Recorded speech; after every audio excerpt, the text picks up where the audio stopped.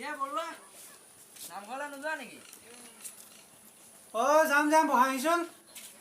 কিয় সোনকালে গৈ আগভাগ ল'ব নালাগে জানো? বাৰু তুমি বহা, মই খাওঁতকে গা পা ধুই ৰেডি হৈ আহোঁ। ঠিক আছে, সোনকালে আহা। কইলে বহিছা? বহাচোন। ঠিক আছে। দেউতা ময়ো যাম নামঘৰলৈ। তই গ'লে ঘৰ কাম কোনে কৰিব? সেৱাটো কৰি গুচি আহিম। তই যাব নোৱাৰা বুলিছ নহয়, তই যা। কেলে যাবলৈ নিদিয়ানো ল'ৰাটো?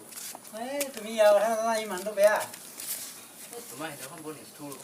তুমি যিয়ে কোৱা, নিষ্ঠুৰ কোৱা, কিবা কঠিন কঠোৰ যি কোৱা, কিন্তু এই মানুহটো তুমি কথাটো গম নোপোৱা। মানুহটো ল'ৰাটো এই ল'ৰাটো এতিয়া পঢ়া শুনা এতিয়া পঢ়াব লাগে আৰু এইটো বাদ দিলোঁ। কিন্তু যাবলৈ দিব লাগে। ৰ'বা মই তোমাৰ এতিয়া শিক্ষা দিম ৰ'বা। Hello' media. নমস্কাৰ, পকলম্বা ফৌজিৰ তৰফৰ পৰা সকলোকে জন্মাষ্টমীৰ শুভেচ্ছা জনাইছোঁ। আজি অসমৰ সকলো ঠাইতে জন্মাষ্টমীৰ বিষয়ে উলহ মালহেৰে আয়োজন কৰিছে, কিন্তু তাৰ মাজতে আছে এটি দুখ খবৰ। আমি ইয়াৰ পৰা এই দুখ খবৰটো জানিব বিচাৰিছোঁ। হয়, নমস্কাৰ। আচলতে আমাৰ গাঁৱৰ এজন মানুহে এইটো ঘৰটো যিটো দেখিছে, এইটো বনাই থকাৰ ক্ষেত্ৰত এজন সৰু ল'ৰা কাম কৰা হিচাপে ৰাখিছে। তেখেতক সৰু ল'ৰাটোৰ পঢ়া শুনাটো স্কুলটো পঠিয়াইছে নাই পঠিয়াই সেইটো মই নাজানো, সেইটো মই এতিয়া ক'ব নিবিচাৰোঁ। কিন্তু তেখেতক আজি এই বিশেষ দিনটোত নামঘৰ যোৱাৰ বাধা দিছে, এইটো খুব গৰিহণাযোগ্য। আপুনি ঠিকেই কৈছে। তেওঁ আচলতে আমাৰ গাঁৱৰ শত্ৰু নহয়, তেওঁ গোটেই দেশৰ শত্ৰু, তেওঁ গোটেই পৃথিৱীৰ শত্ৰু। আমি তেওঁক খুব গৰিহণা জনাইছোঁ।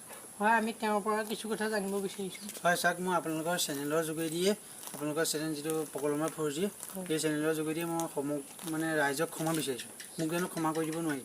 পাৰি, আপোনাক ক্ষমা কৰি দিব, ভগৱানে ক্ষমা কৰি দিব। আপুনি ভগৱানক ক্ষমা খোজক। আনহাতে যিটো সৰু ল'ৰাটোক আপুনি ক্ষমা খোজক, তেওঁ আপুনি বহুত মনত দুখ দিছে, তেওঁ ক্ষমা খোজক। আনহাতে তেওঁ স্কুললৈ সদায় তেওঁ পঢ়োৱাৰ দায়িত্ব আপুনি ল'ব লাগিব। বাৰু, এতিয়া ব'লা নামঘৰলৈ দেৰি হ'ব। ঠিক আছে। আৰু দিবেন, তই ওলাই আগে।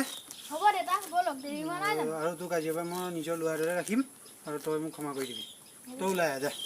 হয় দৰ্শকসকল, আপোনালোকে দেখিবলৈ পাইছে যে কেনেদৰে এজন বেয়া মানুহ অতি ভাল মানুহৰ পথ বাছি লৈছে, অৰ্থাৎ বাল্মীকি ৰত্নাকৰৰ দৰে। এনেদৰে থাকিলেহে সমাজ এখন সুশৃংখলভাৱে চলি থাকিব। ধন্যবাদ।